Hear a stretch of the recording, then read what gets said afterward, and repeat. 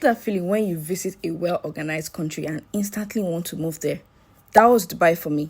Let me take you back. This morning was a mad rush. Since I wasn't sure I would be going on this trip, I didn't bother to do my hair or nails earlier. I had to get them done that same morning. Once I was done, I headed straight to the airport. Was I late for my flight? Yes. Did I miss it? No. We were given VIP treatment at the airport, so that cancelled immigration wahala. We boarded, and as I walked down the aisle, the first class cabin was screaming my name because that's where I belong. I was this close to dozing off when I heard, "Ma'am, chicken or beef?" I sprang up because I know where I'm missing my favorite part. The meal was a solid 10. To be honest, I've never had a bad in-flight meal. Landed and took the metro to claim our bags. On our way out, we met Muhammad. What is the catch? I want when you go Nigeria to advertise Palm Jumeirah with your family. We took a taxi from DXB to Dubai South.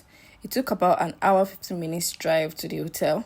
Checked into the hotel and guys, we quickly freshened up and started getting ready right away. Classes were waiting. I'm attending a 3-day VVIP service elegance class. Emphasis on VVIP. I just realized I've actually never introduced myself on here. Some of you don't know me. So I'm going to save the introduction for another time. Who is that sexy girl? We were surviving on double espresso and cappuccino.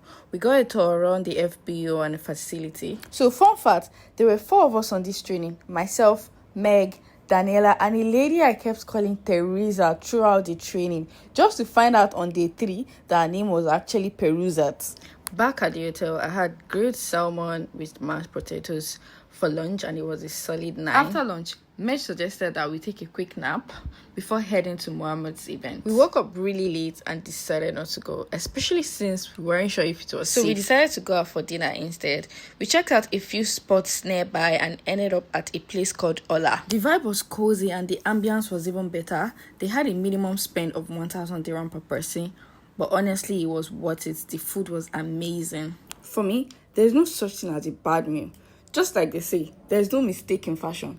That's exactly how I feel about food.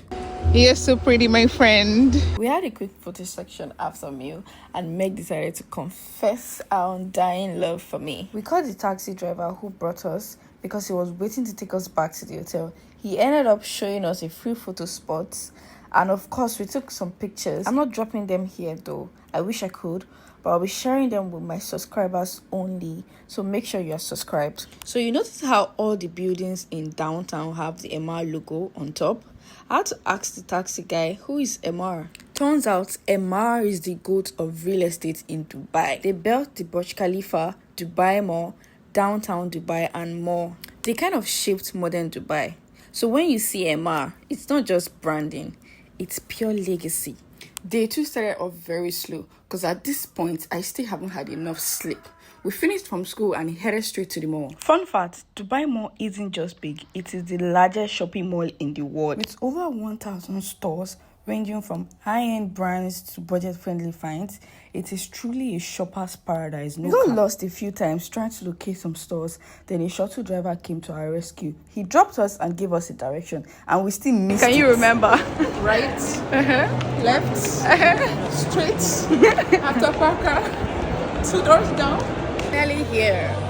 Thank God for Johnny Mercies. We finally got to Sephora after years of searching. One of the security guys at Sephora walked up to us and politely told us that photos and videos were not allowed, but I still snuck in a video. We picked up a few makeup and skincare stuff, and Ted Baker was our next. I walked in to grab the famous Ted tote bag, but I couldn't resist these shoes. They were too gorgeous to be left behind. I stranded.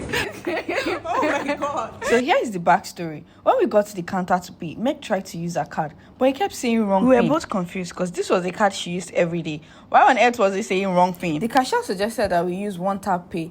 God bless her, so she was very, very helpful. That would have meant removing 50 dirham from the card, and our total was around 1,370. It would have taken forever. So after a short prayer, she decided to try again. And at this point, we were all very nervous because if it had failed again, there was a chance our card could have gotten blocked, and that would mean she wouldn't have access to anything until we get back home. I held my breath as she was putting in those pins. The suspense was real, and then boom, it worked. Hey, we're surprised and happy. We're all so happy, but I was the happiest because she was going to pay for my bag. We made a quick stop at Mango and Zara to pick up a few things. It was past midnight before we realized we hadn't eaten anything all day.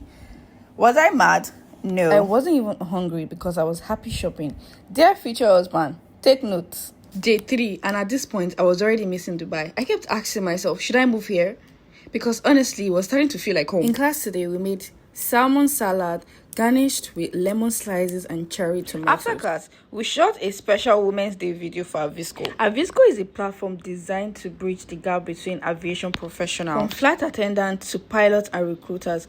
Avisco offers tools for managing professional profiles. Guys, they also foster a global community where aviation professionals can connect, share resources, and collaborate. This includes a section for sharing recommendations and tutorials. My best part. After class, we grabbed lunch at the hotel and then headed straight to the mall for a little retail therapy. You already know. Of window shopping at a few stores and then somehow ended up back at Zara to get some of the things we couldn't get yesterday. We finished early and headed back to the hotel to pack our things since we had an early flight to catch the next day. Just like that, Dubai was a wrap. I would miss Dubai, but next up, Kenya. Bye guys, I'll see you in Kenya.